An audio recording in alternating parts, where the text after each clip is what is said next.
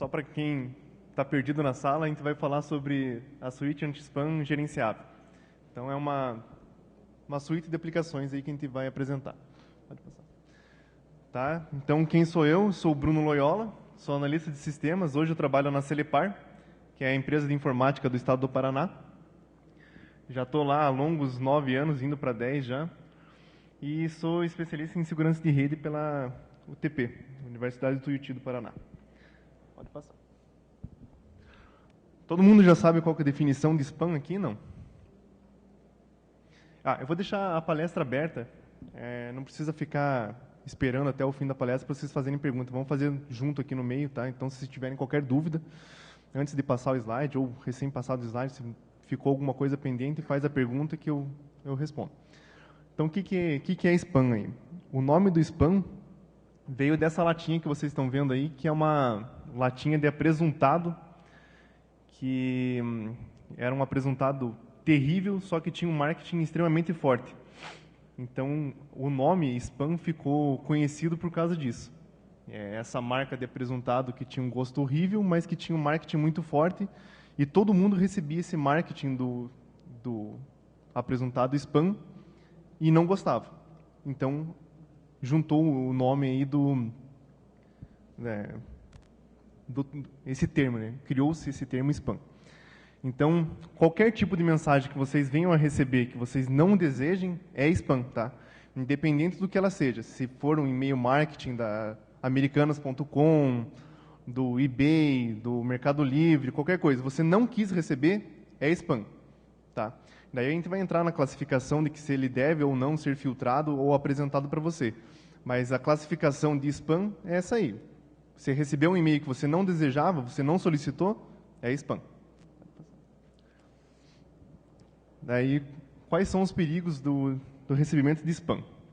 Captura de dados, óbvio, daí entra, na verdade, numa outra divisão que é chamada phishing, que é para você pegar dados da pessoa mesmo. A validação de e-mail, que esse é o ponto mais forte que a gente tem hoje, que são, digamos assim, os spams brancos, que eles servem apenas para validar se o teu e-mail de fato existe, para depois aplicar um golpe ou qualquer outra coisa do gênero. E daí os golpes e fraudes, né? Que, na verdade, ele pode usar para se passar por alguma coisa, ou, enfim, a partir do momento que ele já sabe que aquele teu e-mail existe, que você é você, ele começa a fazer outros tipos de envios de mensagem. Então, como a gente está falando de software livre, está num evento de software livre, quais são as vantagens de se usar uma suíte anti-spam em software livre? Customização, você tem a capacidade de customizar de qualquer jeito que você queira. A adaptatividade, então ele pode ser mutável a ponto de ele se encaixar na infra que você já tem. Você não precisa adaptar nada da tua infra para ele. Quer dizer, vai ter que ter uma adaptaçãozinha, mas é minúsculo.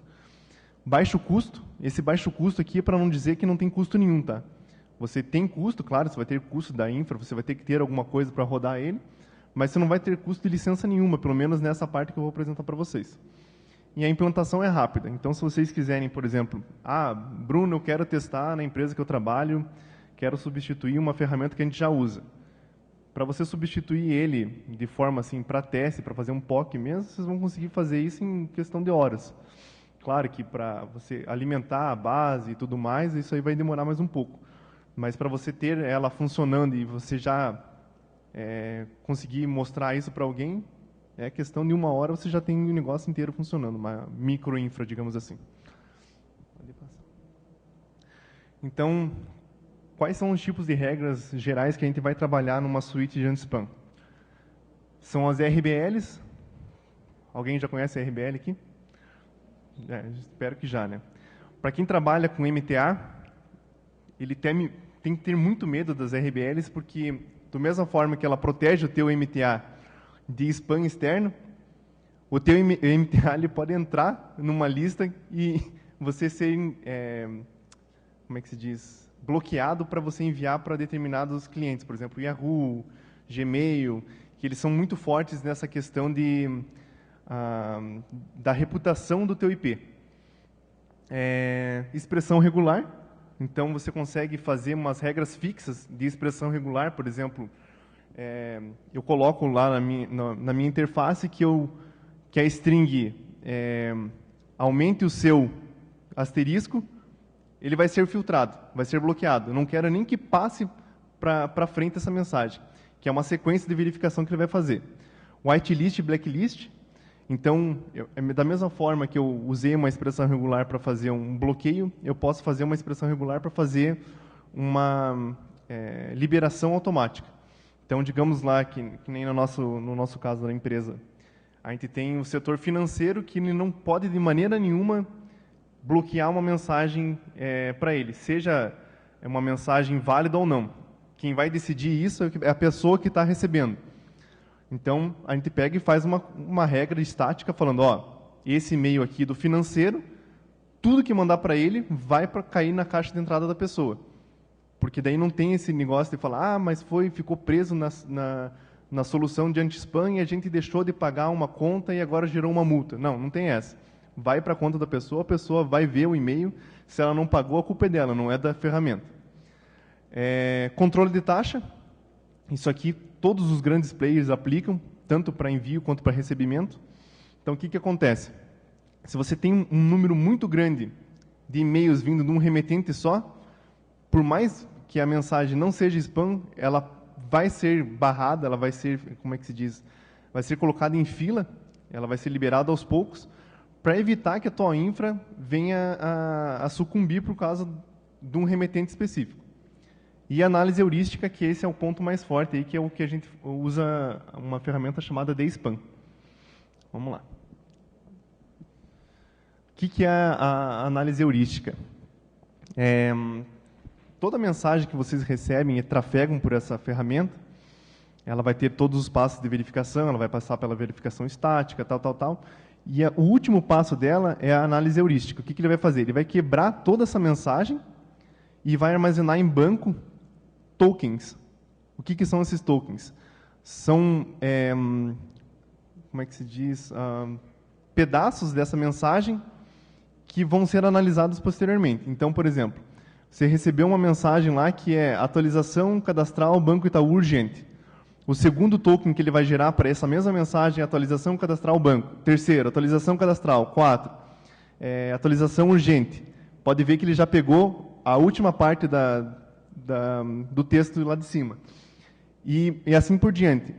Em cima desse texto, que é a atualização cadastral Banco Itaú urgente, ele vai quebrar várias vezes e vai gerar esses tokens e guardar em banco. O que vai acontecer?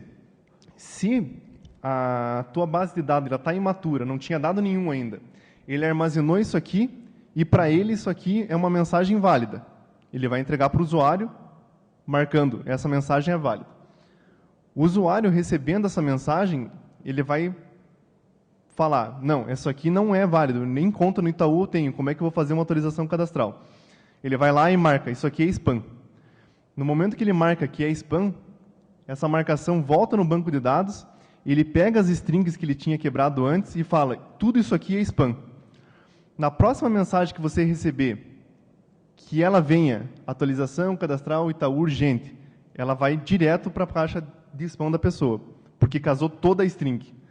Mas se vier uma mutação, por exemplo, atualização cadastral Banco Real urgente, ele pega e vai possivelmente classificar como spam também, mesmo com essa mutação, porque ele quebrou em vários pedaços. Então, ele tem uma ordenação que ele faz o seguinte. Na hora de classificar se a mensagem é ou não é spam, ele vai atribuir pontos para isso aqui. Então, tem lá, por exemplo, o algoritmo que nós usamos no estado do Paraná, que até estava discutindo com o nosso colega aqui antes, ele atribui uma pontuação fixa para cada um desses tokens. Então, digamos que ele vai contabilizar um ponto a mais para a classificação para cada um desses tokens que casarem com a mensagem que você recebeu nova. E existe um outro ponto que é, por exemplo, assim, um token que tenha mais palavras, ele vale mais pontos. Então, o token lá em cima, lá, que tem 1, 2, 3, 4, 5, ele teria 2 elevado a 5 pontos na hora de classificar a mensagem. Então, ele é uma classificação muito mais apurada, muito mais assertiva, digamos assim. Então, qual que é a vantagem dessa análise heurística, aí, se vocês já perceberam? Lembra que no início da apresentação eu falei para vocês que tinha o tipo de filtro que eu podia fazer, o filtro estático, que era por expressão regular. Qual que é a desvantagem da expressão regular? Já perceberam? Se eu pegasse e fizesse uma expressão regular para pegar esse tipo de mensagem, atualização cadastral, Banco Itaú urgente, e eu colocasse ela desse jeito, todinho, na expressão regular, quando tivesse qualquer mutação, podia até ser a substituição do cedilha por um C, ele não ia pegar, e a mensagem ia passar. Com o DSPAN, com a análise heurística, eu posso ter N variações em cima da mensagem, que ele vai continuar pegando. Esse exemplo aqui eu coloquei apenas pelo subject, né, só pelo assunto da mensagem, mas ele quebra o e-mail inteiro, inclusive o corpo. Tá? Então, isso também vale lá para a expressão regular. Então, o spammer, ele não fica mandando o mesmo spam N vezes, tá? Ele fica mudando a mensagem dele o tempo todo. Para quem faz a análise de spam, vai perceber que às vezes ele coloca um hashzinho no meio da mensagem, que é só para alterar o tipo da mensagem mesmo. O nome ele fica variando, tem alguns spam que ele coloca, spammers, né, que eles colocam no fim da mensagem um colchetes e um código, que é para mudar o assunto da mensagem que ele está enviando. Dentro da mensagem ele vai colocar lá, boa tarde, Bruno, porque o meu e-mail é bruno@ alguma coisa. Então ele só vai quebrar, a inteligência da ferramenta dele é essa, quebrar o que vem antes do arroba. Então, ele vai ter isso aí, essas variações, a tua ferramenta de spam pode não pegar, se ela estiver trabalhando de forma fixa, por conta dessa falha. Então, essa é uma grande vantagem. Daí, quais são os serviços que a gente usa nessa suíte, né? O Postfix, que vai cuidar do protocolo SMTP, o PolicyD, que trabalha junto com o Postfix lá, que é para fazer o controle das RBLs, e nele eu consigo atribuir qual que é o valor que eu estipulo como limite para ele classificar como remetente spammer ou não, e atribuir valores também para determinados tipos de RBLs. A gente sabe que tem RBL espalhado pelo mundo, que qualquer coisinha que você faça e dê um passinho para fora do quadrado, ela já coloca teu IP lá numa lista negra. Então, do mesmo modo que você cuida para que não caia, e às vezes acontece de você ficar numa lista dessa, você tem que ter a percepção de que teu cliente também pode ter acontecido alguma coisinha que não é, de fato, um spam, mas está na lista. Então, você tem que atribuir pesos para elas. Você não pode confiar cegamente numa lista só. Você tem que usar várias delas e atribuir pesos a cada uma delas. O Post Forward, que ele vai fazer esse controle de taxas, né, que eu falei lá no início da apresentação, que você tem que limitar o número de mensagens que você vai receber de um remetente específico, que é para você garantir que a tua infra tenha condições de tratar todas as mensagens que estão recebendo e que não fique, como é que se diz, vulnerável à queda por um remetente específico. O Clamav, que é o sistema de antivírus que a gente usa também, então todas as mensagens são verificadas pelo Clamav antes de entregar. O Postgres, que é o banco de dados que a gente usa para armazenar aqueles tokens que eu apresentei anteriormente. E o PG Bouncer, que é só um pool de conexões para o banco de dados aí. A topologia que a gente usa na empresa hoje, só a título de curiosidade, atrás dessa topologia que vocês estão vendo aqui com 5 nós temos 150 mil contas de e-mail. E a gente chega a trafegar por dia, normalmente por dia a gente trafega 1 milhão, 1 milhão e 200 mil mensagens. E há picos, por exemplo, época de Natal, Dia das Mães, que ele dá pico de 3 milhões de mensagens que ele consegue filtrar por dia. E isso sem estourar os limites de conexões em nada. E é essa topologia aqui. São 5 nós que fazem a verificação. Cada um desses 5 nós ele tem todas as regras fixas e um DNSPAN instalado, que faz um acesso ao banco de dados. E nós temos o servidor de manutenção, onde a gente tem interfacezinha gráfica que eu vou mostrar para vocês mais para frente. As mensagens que são filtradas nisso aqui, elas passam para os servidores MX, que no nosso caso é um servidor MX só para relay das mensagens que chegam. Então, ele não vai direto para o servidor lá, mas isso é só uma curiosidade também da nossa topologia. A aplicação das regras estáticas. Então, a gente tem uma interface gráfica que a gente criou para facilitar a administração. Ela é escrita em PHP e ela armazena em banco de dados tudo que a gente fez de configuração. Digamos que um usuário específico ele marcou uma mensagem que seja spam.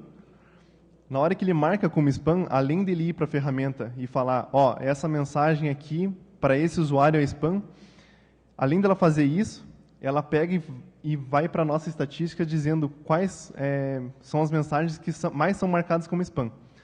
Então, em cima dessa estatística de marcação de spam, a gente pode fazer uma análise, pode ser proativo e bloquear essa mensagem antes que os outros usuários recebam.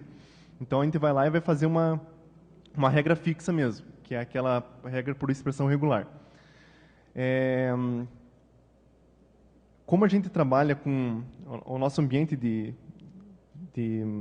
e-mail, ele tem vários nós. A gente tem, hoje, só de front-end são 8, e de back-end são mais 11 servidores. Para a gente conseguir reunir tudo isso aí, a gente grava tudo nisso num banco. Esse banco, depois, ele é lido por uma cron que roda de minuto em minuto, vê se tem alteração no banco e reescreve as regras estáticas do postfix, lá na máquina. Bom, pode passar. Então, o caminho que ele vai seguir a mensagem aqui. Ó. Vai vir da internet. Quem recebe a mensagem vinda da internet direto é o postfix, pelo protocolo SMTP. Primeira coisa que ele faz quando ele recebe essa mensagem, ele não aceitou ainda, ele só recebeu a conexão do servidor que está mandando para ele. Ele recebeu esse pedido de entrega, ele vai entregar para o PolicyD e vai falar, verifique como é que está a reputação desse IP, desse remetente. O PolicyD pegou e falou, beleza, para mim está tranquilo, pode aceitar. Ele pega e vai passar para o post forward. Tá, desse remetente, quantos e-mails já chegou hoje? Ou na última hora? Está dentro do limite? Beleza, pode passar. Só depois que ele passou por esses 2 pontos, é que ele vai mandar para o DSPAN, que é a análise heurística. Lembra que eu falei que ele quebra a mensagem e grava em banco? Aquilo ali gera um I/O absurdo. Vocês têm ideia de mais ou menos quanto que tenha um banco de dados disso? A gente tem 150 mil usuários, oi? Um pouquinho mais. A gente já chegou, por limitação da infra, a 750 GB de banco. Ele vai muito mais. Se você liberar, ele passa de tera tranquilamente. Só que a gente tem limitação porque ele começa a degradar muito a performance. Hoje, o nosso banco tem cerca de 500 e pouquinhos GB em produção. Então, ele tem ele aumenta e diminui a cada semana, que ele tem umas rotinas de limpeza. Mas o que ele faz? Ele pega e deixa os tokens que estão sendo utilizados sempre armazenados. Então, se em algum momento a pessoa marcou como spam, aquilo lá ele não vai perder, enquanto estiver sendo usado. A partir do momento que a pessoa parar de receber mensagem com aquele tipo de token que ele está marcando, atualizando, digamos assim, ó, de novo ele recebeu com esses tokens que estão marcados. Ele vai excluir aquele token, vai liberar espaço. Antes disso, ele vai ficar o tempo todo marcado. E por que essa base é tão grande? A gente faz o armazenamento desses tokens por usuário. Eu imagino que todos vocês aqui tenham um endereço de e-mail nesses players gigantescos como Yahoo e Google e tudo mais. E vocês já devem ter percebido que quando vocês recebem uma mensagem, por exemplo, da Americanas, eu vou usar de novo o exemplo. Você recebeu uma mensagem da Americanas, ela não vai ser classificada como spam a priori, exceto no Gmail agora, que tem até a classificação de se é promocional ou não é, né? Mas, digamos, vamos voltar lá. Vamos voltar para o Yahoo, que não tem isso ainda. Ela não vai classificar como spam, porque, para ele não sabe se aquela mensagem foi solicitada ou não. Quem vai dizer é você. Então, como é que eu vou fazer uma aplicação generalista se a pessoa pode querer receber aquela mensagem? Eu tenho que fazer ela bem granular, eu tenho que fazer ela por usuário. O que pode ser spam para mim, pode não ser para vocês. Por exemplo, peixe urbano. Eu não quero receber mensagem do peixe urbano, mas meu colega quer. Ele faz compra do peixe urbano diariamente. Então, para ele, não é spam. Então, eu tenho que ter essa granularidade. Eu tenho que quebrar, eu tenho que ter essa capacidade de filtrar as mensagens divididas por usuário. Então, depois que ele pega o DSpam à prova, o último passo é ele verificar se a mensagem tem ou não tem algum tipo de vírus anexado. Não tem vírus anexado, roteia para frente. Manda para o nosso relay lá, que vai distribuir entre os N servidores de MTA que a gente tem dentro da infra. Pode passar. Qual que é os desafios do e-mail corporativo? Aí entra aquele detalhe de novo. Por classificação, opinião própria, na verdade, e-mail corporativo não devia ser usado para nenhum tipo de prática pessoal. E-mail corporativo é só e-mail corporativo, só e-mail de trabalho. Mas tem gente que, ou por,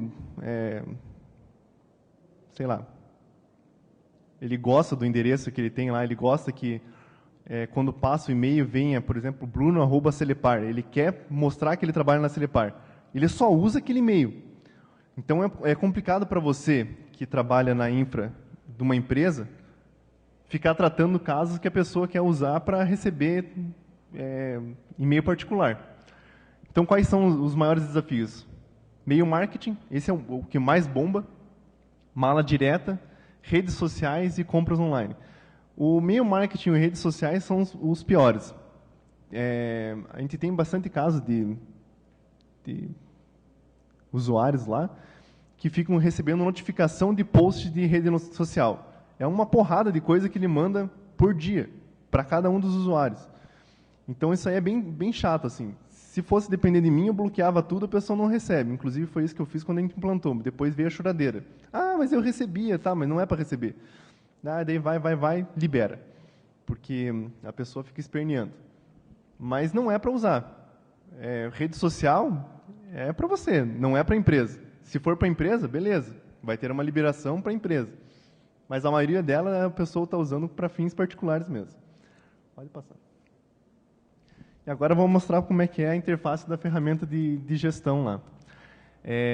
O controle de versão, então você consegue ver aqui, a gente tem, ele mostra os nós que tem instalados, qual que é a versão de cada um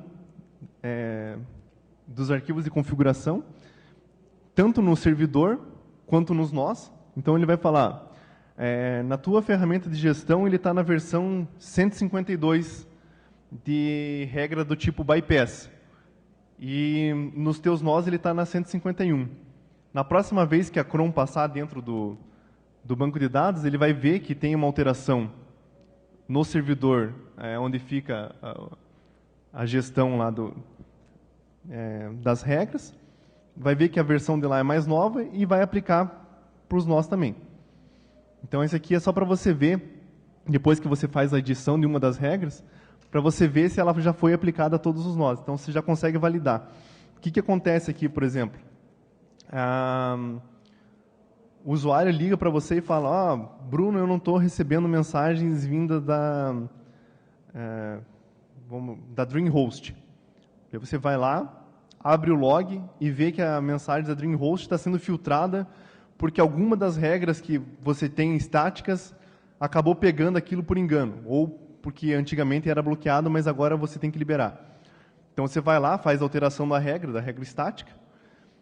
No momento que você salva a regra, ele vai mudar o ID da regra que está gravada no banco. E você vem aqui e acompanha o momento que ela vai liberar no servidor que faz a verificação. Porque daí você pode solicitar para o usuário, falando, faz o teste de novo, ou você vai na fila, porque todas essas regras que eu coloco como regra estática, elas ficam presas, elas ficam retidas no servidor de anti-spam. Elas não passam para frente. A regra estática, por definição da nossa infraestrutura, a gente falou o seguinte, se ela casou com uma regra estática, ela vai segurar a mensagem, no nosso caso, por 30 dias. Então, ela vai segurar a mensagem, a pessoa não reclamou que não recebeu aquela mensagem, ela é expurgada. O remetente nem fica sabendo. Então, lembra que no início do slide eu peguei e falei para vocês que um dos maiores perigos é a validação do endereço. Você mandar para o remetente falando: sua mensagem foi bloqueada porque contém o caractere X. A hora que ele receber essa notificação de que a mensagem que ele enviou foi bloqueada porque contém o caractere X, a primeira coisa que ele vai fazer é remover o caractere X e mandar de novo. Então, você não pode avisar para ele por que a mensagem dele foi bloqueada e nem mesmo, se possível, avisar que foi. Ele que tem que falar que mandou e a pessoa não recebeu e ela entrar em contato, para evitar que a pessoa valide que aquele e-mail realmente existe, entendeu? Então, agora voltando um pouquinho, que eu esqueci de falar isso. As regras estáticas, elas vão fazer esse bloqueio, as mensagens vão ficar paradas esperando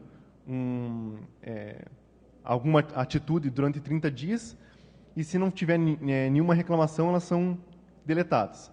E as mensagens que o sistema de DSpam, que é o que quebra em token, classificar como spam, ela vai encaminhar para a pasta spam do usuário. Então, não vai ficar lotando a pasta de spam do usuário, e também não vai correr o risco de você ficar validando o e-mail da pessoa, falando que o e-mail existe, ou negando a mensagem e perdendo esse histórico. Então, durante esses 30 dias, a mensagem que casou com alguma expressão irregular e tenha sido bloqueada, ela está lá esperando.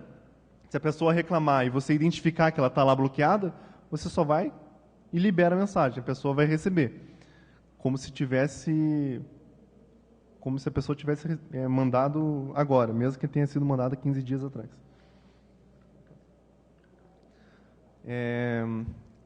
Aqui são as listas de redes. São as liberações que a gente tem por rede. Então, dentro da ferramenta aqui, quando a gente vai administrar, a gente pode definir que um range de IP, ou um IP específico, tem liberação para enviar, ou não tem. Então, eu posso definir, por exemplo, que um range de IP chinês nem tenta enviar aqui para dentro da nossa infra, porque eu não quero receber nada que venha de IP chinês. Eu coloco lá que aquele determinado range de IP, vamos lá, chutar um range de IP 178 ponto qualquer coisa, é um range que eu não quero receber. Eu falo para ele, esse range aqui, bateu, você nega a conexão. Nesse tipo de configuração, ele não vai reter a mensagem, ele vai se negar a conversar com aquele IP. Então, o remetente, na verdade, ele não vai receber nenhum tipo de alerta dizendo, foi bloqueada porque teu IP é mal visto pelo nosso sistema, nem nada.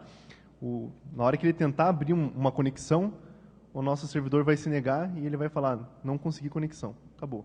Não fala nem por que mais. Então, a gente consegue fazer esse controle aqui também para falar que um determinado cliente pode mandar, independente do que seja. Pode fazer também. Lista de domínios. Então, aqui a gente define quais são os domínios que vão ser tratados por essa ferramenta. Então, consigo falar para ele, por exemplo, o domínio Celepar PR-Gov.br você vai receber e tratar, e o domínio Celepar Gov.x você nem recebe. Então, beleza. Ele vai receber o Celepar PR-Gov.br, e qualquer outro domínio que seja diferente desse, ele não vai fazer toda aquela tratativa. Ele vai ignorar, porque não é um domínio reconhecido por ele. Ele não tem por que você ficar consumindo recursos da tua infra se você não tiver, se você não falou para ele que aquele domínio é um domínio válido. Pode falar.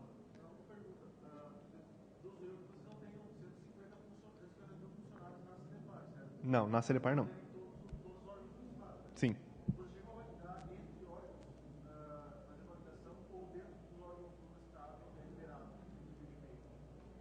Então, a comunicação intra-órgãos, ela é toda liberada, não faz nenhum tipo de verificação. A gente tem, claro, tem toda a parte de log, mas ele não faz tratamento de spam, porque daí a gente entra numa outra coisa. A gente tem medidas administrativas para o usuário que manda spam. Então, se em algum momento a gente identificar que alguém está enviando e-mail, seja um e-mail malicioso, propaganda, qualquer coisa, a gente tem meios de fazer uma punição para aquele usuário em específico. Primeiro, porque a gente tem o controle da caixa postal dele, a gente sabe quem é e onde trabalha. Então, a gente consegue tomar algum tipo de ação. Diferente de uma pessoa que venha mandar e-mail de fora. Então, de dentro a gente não faz verificação, só o que recebe de fora. E a mesma coisa que a gente faz quando recebe, a gente faz quando envia também. Porque, primeiro, a gente não quer causar mal a ninguém. O que acontece, que já aconteceu conosco, e acredito que não seja uma particularidade nossa. O usuário, quando define a senha dele, ele não está nem aí se a senha dele é forte ou não. E por mais que as políticas nossas de vários anos para cá seja uma senha forte, a pessoa tem que colocar uma senha alfanumérica, tem que ter um caractere especial, tem que ter número, blá, blá, blá. As pessoas que têm um sistema, têm a conta de e-mail há muito mais tempo, ela pode ter uma senha que é 1, 2, 3, 1, 2, 3, 4, 5, 6. Então, se tiver qualquer pessoa mal intencionada fazendo rolando sei lá, um robozinho para ficar testando senha, usuário e senha, usuário e senha, usuário e senha, vai chegar um determinado momento que ele vai casar lá, que a conta Bruno, a senha é 1, 2, 3, 4, 5, 6. E vai ter acesso total a essa conta. Ela tendo acesso total a essa conta, ela pode ser boazinha e só ler os e-mails, ou ela pode ser um pouco mais malvada e começar a mandar um e-mail para fora, ou para dentro também. Então, o que acontece? Toda mensagem que a gente envia que sai da nossa infraestrutura para a rede externa, a gente vai fazer as mesmas validações. Controle de taxa, então a gente controla a taxa e tem uma outra variante que é assim, além de controlar, a gente gera um alerta. Essa conta aqui está mandando muito e-mail. Ela é uma conta que deveria mandar tanto e-mail? Então deixa mandar. Não deveria. Então ela vai pegar e vai fazer uma análise. Tá, que tipo de mensagem está trafegando? É aí que a gente pega geralmente mensagens de contas que foram invadidas e que estão enviando, por exemplo, e-mail em russo, em e-mail em inglês. A gente pegou muito e-mail sendo enviado em alemão por conta disso aí. Então, respondendo de novo lá, não tem verificação interna, é só verificação para fora da nossa infra ou para dentro da nossa infra. Dentro da nossa infra, nem taxa de envio não tem. É 100% liberado. Tem as outras, por exemplo, usuário para mandar para várias pessoas dentro da infra, ou ele é realmente um hacker, ele vai lá e tenta descobrir a conta de todo mundo, ou ele manda para as listas. E daí existe uma lista de uma organização X. Só que essa lista da organização X, ela tem uma ACL que permite o envio só de determinados remetentes. Então, ele não vai conseguir mandar para uma lista. Tá? Então, ele vai ter que mandar usuário por usuário, e dentro da nossa ferramenta de e-mail lá, que é o Expresso, a gente tem um limite de destinatários que ele consegue colocar. Então, ou ele usa um cliente de e-mail qualquer para mandar para vários, ou vai cair nesse outro limite que tem na interface web.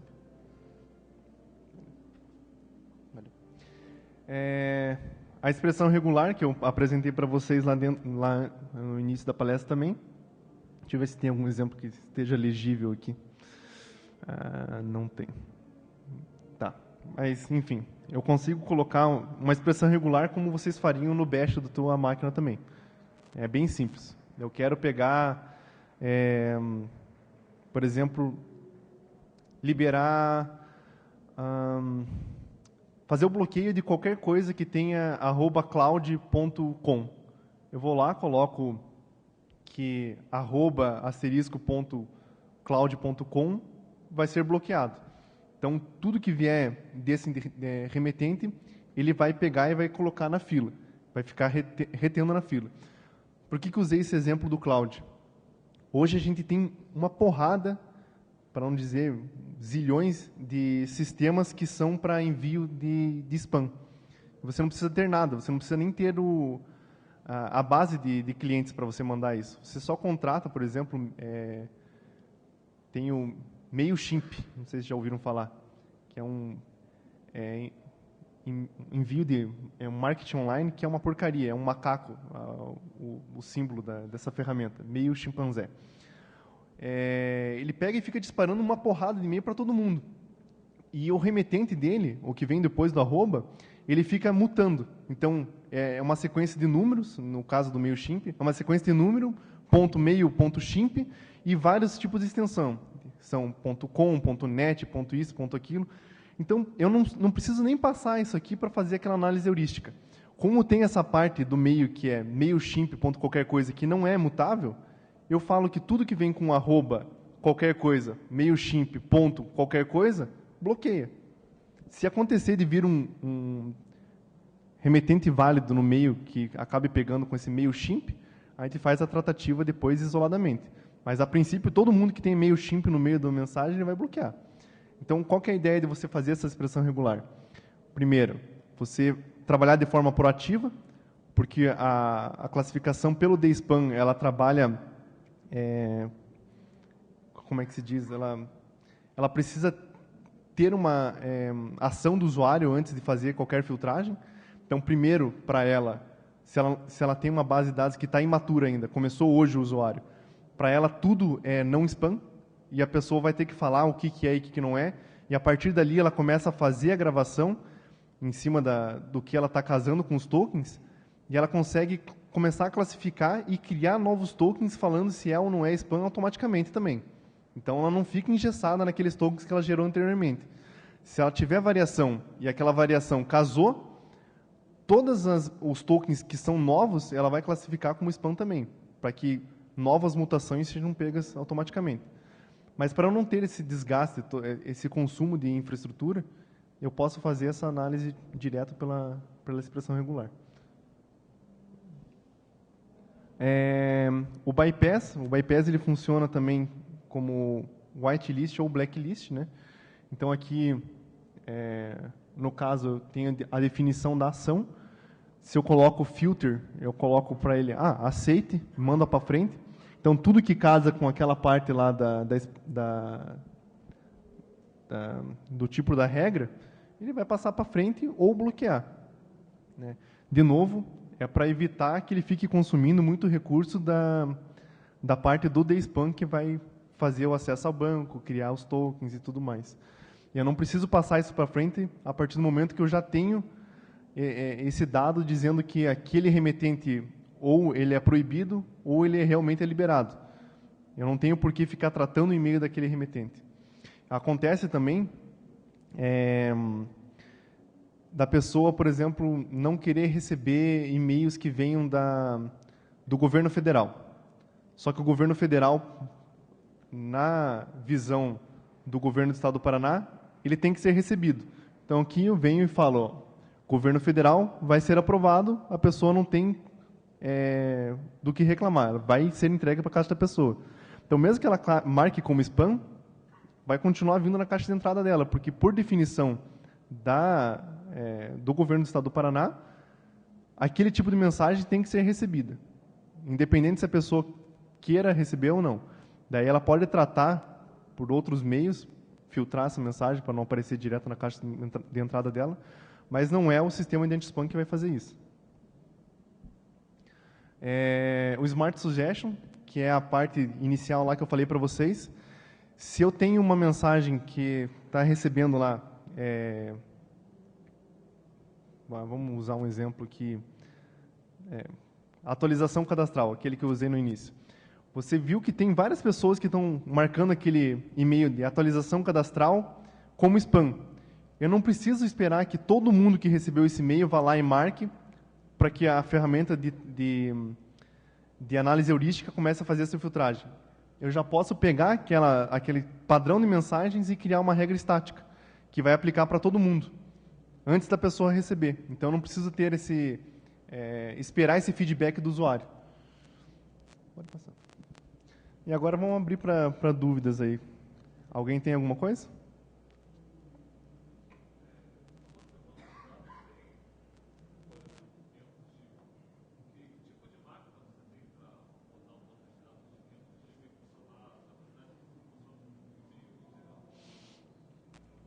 Cara, hoje, por incrível que pareça, a nossa máquina é uma máquina virtual.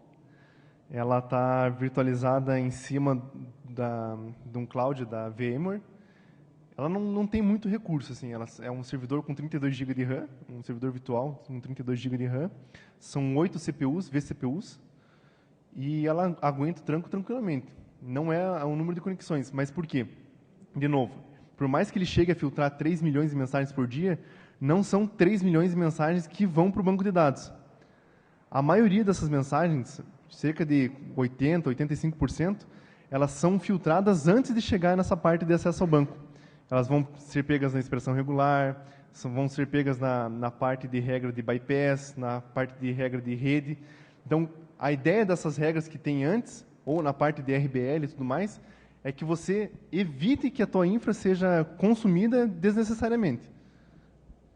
Então, é bem tranquilo. Assim, a gente estipulou esse limite para não passar muito.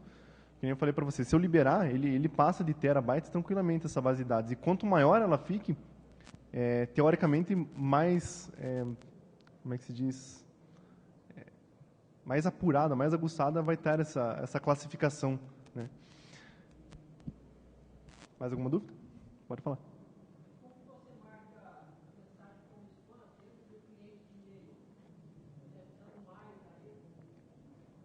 Tá, existem duas maneiras de você fazer essa marcação.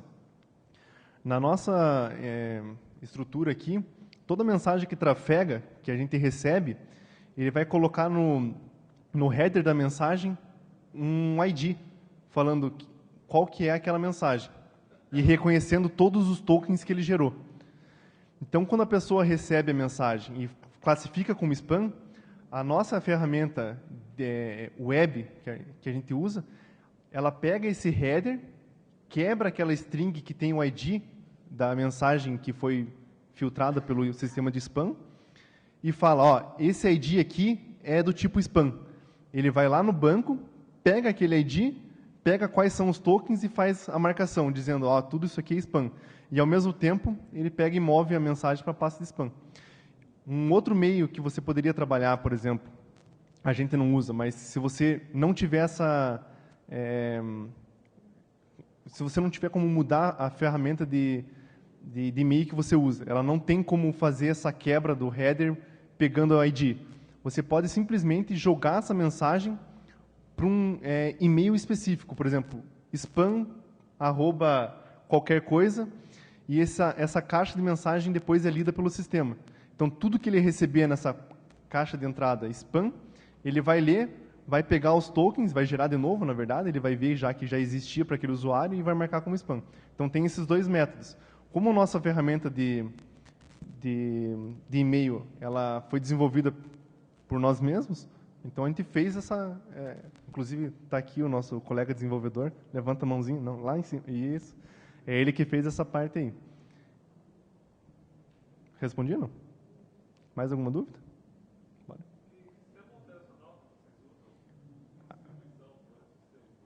Bom, eu sou fanático do Debian. Estamos juntos, Linharo. Então, toda a parte do front-end aqui de recebimento é Debian. A única coisa que não é Debian daquela infraestrutura que eu mostrei para vocês é o banco de dados. Hoje, por ser uma equipe separada que administra o banco de dados, ele está em SUSE. Mas o resto é tudo Debian. Ele está em SUSE também, não é só por questões de que a pessoa que administra o banco gosta. É que o SUSE é homologado pelo nosso virtualizador. Então, se der qualquer problema, seja de gargalo, qualquer coisa, a gente pega, liga para a BM e fala, ó, tá com um problema aqui, se vira, eu quero ter desempenho.